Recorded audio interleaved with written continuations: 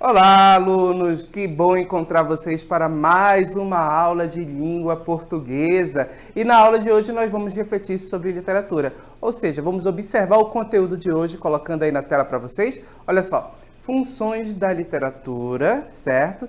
E literatura na sociedade. Então, quando falamos em funções da literatura, nós vamos procurar compreender o que é, ou seja, o papel desta arte, que a literatura é uma arte, no nosso meio social, qual é a função dela, certo? Mas para que nós possamos começar bem, vamos compreender primeiro o que é literatura.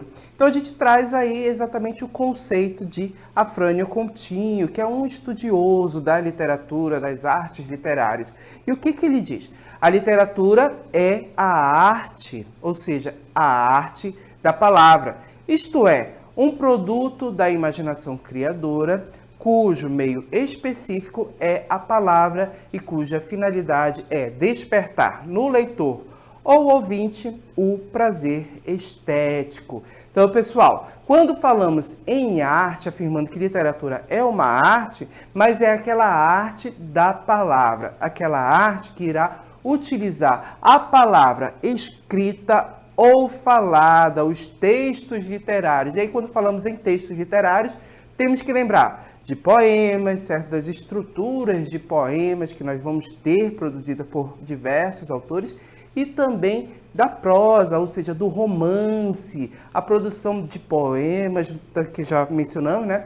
A produção de romance, certo? A produção de novelas, crônicas. Então eu percebo que esses textos fazem parte aí da arte, ou seja, é uma arte, é aquele texto que é trabalhado de forma intencional e que procura transmitir diversas expressões, certo? Aquele texto que a gente vai ter contato e vai ter emoções, sentimentos despertados por meio deles, ou seja, aquele prazer estético, aquele prazer que te faz bem, entretenimento, certo? E é exatamente essas funções que nós vamos ter na literatura. Esses textos, eles vão ter diversas funções. E quais são elas? Colocando aí. Olha só. As funções da literatura, ou seja, a arte da palavra, nós vamos ter a expressão do eu, ou seja, todo ser humano, pessoal, tem a necessidade de falar, de expressar aquilo que sente, certo? E os textos literários, a literatura, a arte da palavra é um meio. Então, por meio dessa arte, o autor, o sujeito pode expressar os seus sentimentos ou os sentimentos que são coletivos aí de uma sociedade, certo? Nós também vamos ter denúncia social, crítica. Como assim, professor, denúncia social?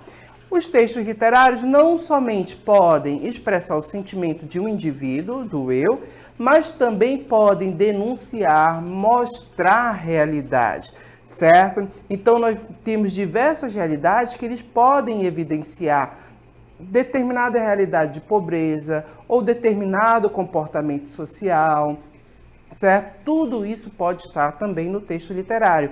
E quando o autor leva essa realidade para o texto, muitas vezes ele leva de forma crítica, né? Para fazer as pessoas pensarem, refletirem sobre aquela realidade. E quando você pensa, reflete, já é um mecanismo aí de você, de repente, querer mudar aquela situação, né? Quantas vezes nós já lemos uma crônica ou então um romance que você olha aquela história e de repente, nossa, isso acontece aqui no bairro que eu moro, isso acontece na minha cidade. Então você começa a pensar sobre aquela situação que foi passada para você por meio daquele livro e começa a pensar muitas vezes de forma crítica. Nossa, será que isso está certo?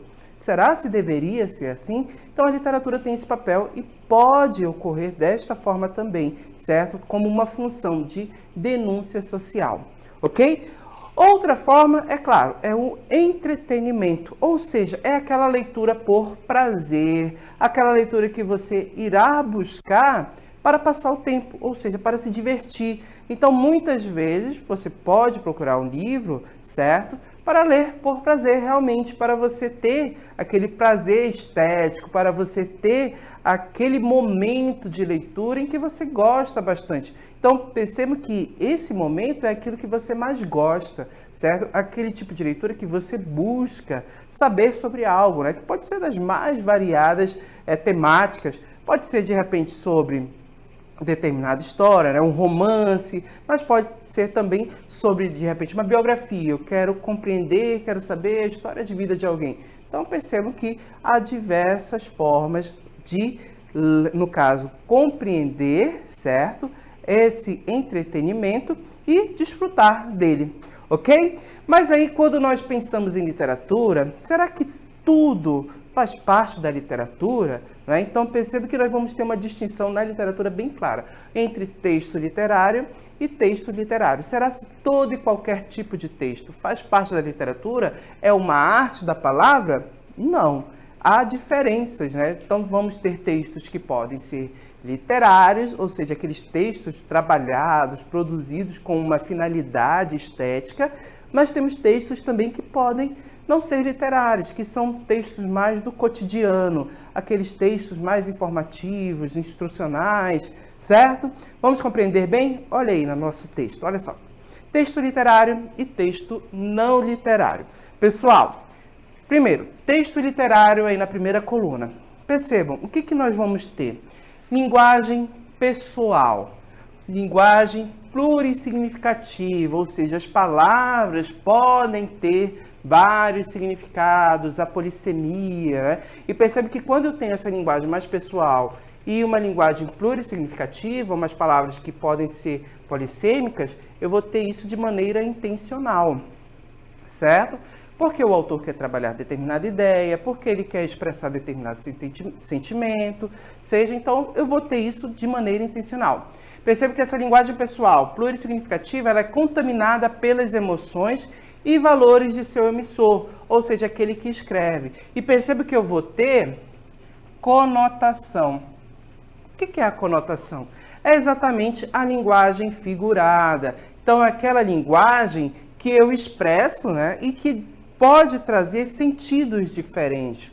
Um exemplo, Maria é um docinho, né? Então percebam, Maria é um docinho. A palavra docinho, ela tem o sentido aí de, vamos dizer, do alimento, do doce, né? Do brigadeiro, uma ideia como se fosse um brigadeiro? Não. Percebe que quando eu falo Maria é um docinho, eu estou dizendo que a Maria é uma pessoa carinhosa, que a Maria é uma pessoa muito boa, que ela é compreensível, que ela é uma pessoa amável, né? Então percebe que a palavra docinho não foi utilizada em um sentido real, mas em um sentido figurado, né? Um sentido conotativo. Então o texto literário, ele terá esse sentido conotativo presente, certo? A conotação, a linguagem figurada e tudo isso de maneira intencional, tá?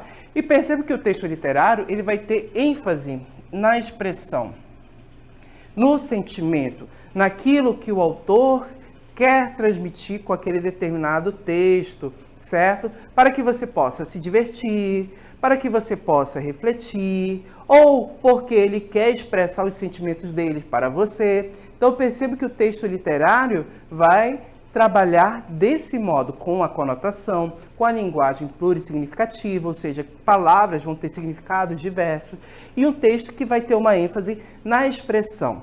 Porque a pessoa que o escreveu quer expressar seus sentimentos, ou a pessoa que o escreveu quer que você reflita sobre determinada realidade, ou ela quer que você se divirta, certo? Que você fique entretido, ok? E agora o texto não literário. Ele é o oposto do texto literário. Vamos lá. Texto não literário. Olha só, nós vamos ter uma linguagem no texto não literário. Vamos ter uma linguagem impessoal, certo? É uma linguagem mais objetiva, enquanto no literário você pode ter uma linguagem subjetiva, no não literário é a objetiva. Vamos ter uma ênfase na informatividade, ou seja, é uma linguagem mais informativa que quer transmitir informações, e ele vai ter um olhar muito forte na denotação. ok? A denotação, pessoal, diferente da conotação, que é o sentido figurado, a denotação é aquele sentido real, como nós dizemos, aquele sentido que está registrado lá no dicionário, certo? É quando você utiliza determinada palavra com seu sentido direto, ok? Então percebam, quando eu digo Maria é ágil, percebo que a palavra ágil, aquela ideia de agilidade, que é uma pessoa que faz tudo muito rápido, né? Então eu percebo que a palavra ágil eu estou utilizando no meu sentido denotativo, certo? Então eu percebo que a denotação é exatamente a ideia que você tem, né? Então eu percebo que quando eu digo meu pai é meu espelho, né? Então eu percebo que quando eu digo meu pai é meu espelho, a palavra espelho foi utilizada no seu sentido real? Não. Aqui, meu pai é meu espelho, eu estou utilizando a palavra com o sentido de inspiração. A palavra espelho, já que reflete a imagem da pessoa, a palavra espelho, quando eu digo meu pai é meu espelho, eu estou utilizando no sentido conotativo. Eu estou dizendo que meu pai é uma inspiração, que é uma pessoa que eu gosto, uma pessoa que eu quero ser, né? Eu quero ser como ele. Mas quando eu digo eu quebrei o espelho, será que eu estou utilizando agora a palavra espelho? Eu quebrei o espelho com o seu sentido como o anterior? Não. Agora eu estou falando do espelho em si, do objeto, né, que foi quebrado. Então percebe que aqui eu utilizei o sentido denotativo, o sentido direto, o sentido objetivo dessa palavra. E os textos que não são literários, eles vão utilizar esse sentido. Por quê? Porque eles pretendem transmitir uma informação, eles pretendem te transmitir determinada informação para que você fique informado, né? Que você tenha conhecimento de algo. E percebo que a ênfase na informação, certo? Como eu afirmei já, e também no conteúdo dessa informação. Então, textos não literários, por exemplo, notícias, né, que tratam sobre determinado fato, é um texto que busca te informar, certo? Então, texto aí, a notícia, não é um texto literário. Outro exemplo, a bula de remédio. Percebo que também não é um texto literário, é um texto que foi produzido para te informar sobre aquele medicamento, né? Como você vai administrar as doses, do que ele é composto, do que ele foi feito. Então percebo que a bula de remédio é um texto não literário. Outros exemplos, o manual de instrução também é um texto não literário, certo? Então, o que caracteriza bem o texto não literário? A denotação, né? A ênfase na informação, a ênfase no conteúdo, porque ele tem a função de te informar, de transmitir informações, conteúdos, te ensinar algo. Já o texto literário, não, a conotação é aquele texto que vai ser produzido para te divertir, que vai ter uma linguagem plurissignificativa, certo? Vamos pegar mais exemplos? Observe aqui o próximo texto. Olha só, temos aí um texto não literário. Observe, segundo o estudo, existe uma curva de felicidade que está presente na maior parte dos países. É surpreendente que, em contextos culturais tão diferentes, o padrão se repita. Se sentir melhor na adolescência, ser mais infeliz até o fim dos 40 e depois valorizar a sensação de bem-estar quando se aproxima da velhice. Então, percebo que o meu texto aqui, a gente observa na referência, certo? Ele foi retirado de um site, né, um site jornalístico, e percebo que ele está localizado na seção de ciência, olha aqui, destacando ciência e saúde. E é uma notícia também, certo? E o conteúdo dele fala exatamente sobre o sentimento de felicidade, aquele sentimento de você estar feliz consigo e com a sua realidade. E percebo que ele traz essas informações dizendo que está presente em diversos países, né, em vários lugares do mundo, e ele mostra para você que as pessoas se sentem de determinada forma, em determinada idade, depois de outra, em outra idade, e já no final da vida, aquela ideia de conformismo, né? Então percebe que o texto está trazendo para a gente informações, né, sobre esse sentimento de felicidade, ok? Agora observem o outro texto, né? A gente percebe esse sentimento de felicidade, né, em determinados períodos do tempo, né, em determinadas idades. Agora observem o outro texto que eu tenho para vocês, o texto literário. Observem aqui, gente, que o texto literário, percebo que diferente do anterior, que é escrito em prosa, ou seja, em parágrafos, né? Você começa de uma linha e vai até o final daquela linha. Percebo que o outro não. Ele é escrito em versos, já temos uma diferença. Podemos ter textos literários também escritos em prosa, como o anterior? Sim, podemos. Os romances, né? Como Iracema, de José de Alencar, e tantos outros romances de autores brasileiros também são textos literários. Mas observe esse poema. Percebe que eu não tive um poema escrito em parágrafo, né? Até porque não existe, mas em versos. E foi organizado de maneira diferente. Olha só. Eu não tinha este rosto de hoje, assim calmo, assim triste, assim magro, nem estes olhos tão vazios, nem o lábio amargo. Eu não tinha estas mãos sem forças, tão paradas e frias e mortas. Eu não tinha este coração que nem se mostra. Eu não dei por esta mudança, tão simples, tão certa, tão fácil. Em que espelho ficou perdida a minha face? Pessoal, neste último verso aqui, em que espelho ficou perdida a minha face? Né? Então, percebo que neste último verso aqui a gente tem uma ideia conotativa. Percebo que a temática do poema está exatamente sobre a questão da idade. O eu lírico, a voz que fala no texto, né, está expressando aí as mudanças que ocorreram em sua vida. Né? As mudanças nas mãos, as mudanças físicas do corpo, o envelhecimento em si. E percebo que a gente tem um tom até um pouco triste aqui, né, nessa expressão de sentimento. E aqui ao final, neste último verso, olha só, em que espelho ficou perdida a minha face? Será que a gente tem a ideia real de que a face dela se perdeu em algum espelho, né? Percebo que não, isso aqui é uma denotação, ou seja, transmitindo a ideia, o sentido de que a pessoa envelheceu, que de repente ela olha para aquela imagem dela refletida no espelho e já não se reconhece, né? Já não gosta tanto do que vê, né? Foi embora a juventude. Percebo que tudo isso foi expressado aqui deste poema, ou seja, a temática do envelhecimento de forma diferenciada. Então, isso é o texto literário, aquele que tem uma grande expressividade, a ênfase está nessa expressividade, faz uso da conotação. Certo? Então, já que compreendemos tudo isso, vamos para a nossa DLI agora.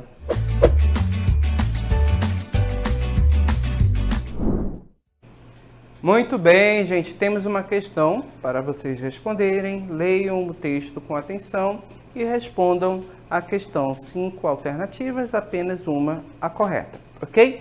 Bom exercício a todos e até daqui a pouco.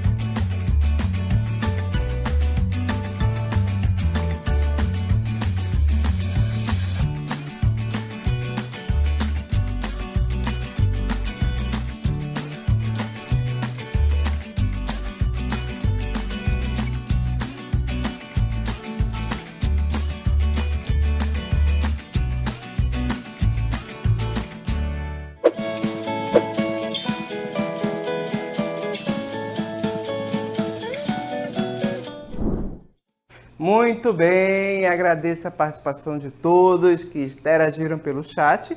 E agora vamos verificar a resposta do exercício. Vamos lá? Acompanha comigo aqui. Nós temos uma questão que tem um poema de Carlos Drummond de Andrade, grande poeta, grande escritor da língua portuguesa. Vamos lá. Cidadezinha qualquer.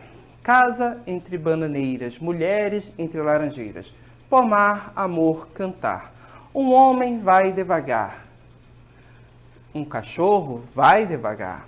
Um burro vai devagar. Devagar as janelas olham.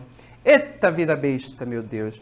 Então, pessoal, observem que nesse texto aqui de Carlos Drummond, nós temos exatamente uma temática do autor falando sobre a sua cidade natal, sobre Itabira. E observem como ele a descreve. Olha só, casas entre bananeiras, né? Quando nós observamos aqui, mulheres entre laranjeiras. Perceba que a gente tem até uma ideia mais de natureza, uma ideia de um local rural, né? Então, pomar, amor, cantar, um homem vai devagar. Observem, um homem vai devagar, um cachorro vai devagar, um burro vai devagar. Olha só, devagar as janelas olham. Perceba que aquela ideia de, vamos dizer, de vida calma, né? Vida pacata. E devagar as janelas olham. São as janelas mesmas que estão olhando? Observem que eu tenho aqui uma linguagem mais conotativa, né? Uma linguagem que vai puxar mais para o sentido figurado. Será que são as janelas olham? Ou seja, as janelas têm esse poder de olhar? Não. Perceba que aí eu tenho exatamente uma personificação, quando eu atribuo características, ações que são humanas a objetos ou seres que não são humanos. Por exemplo, as janelas estão olhando. O olhar é uma ação humana. Então, percebo que aqui eu tive uma personificação.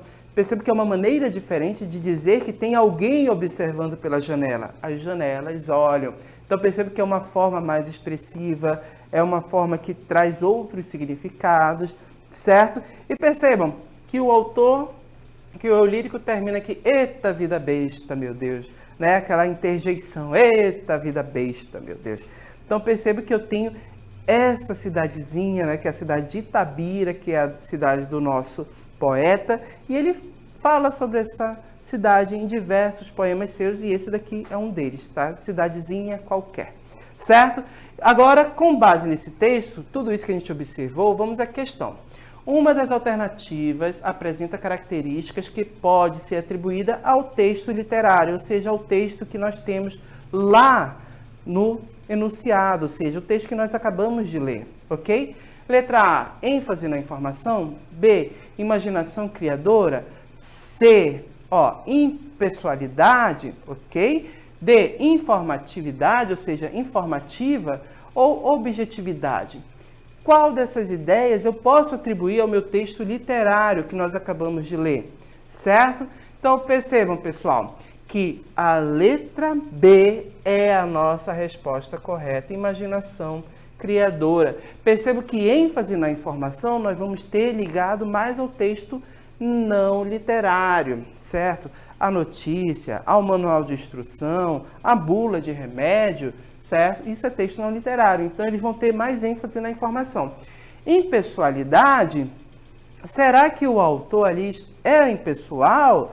Percebam que o eu lírico está falando sobre uma cidade, ele faz isso de forma pessoal, né? Descrevendo aquele local, descrevendo o lugar, né? Como ele é, né? As pessoas passam devagar, o burro vai devagar, aquela vida pacata. Então percebo que isso daí não é impessoal, é pessoal. Então a gente não pode atribuir isso ao texto literário que nós lemos.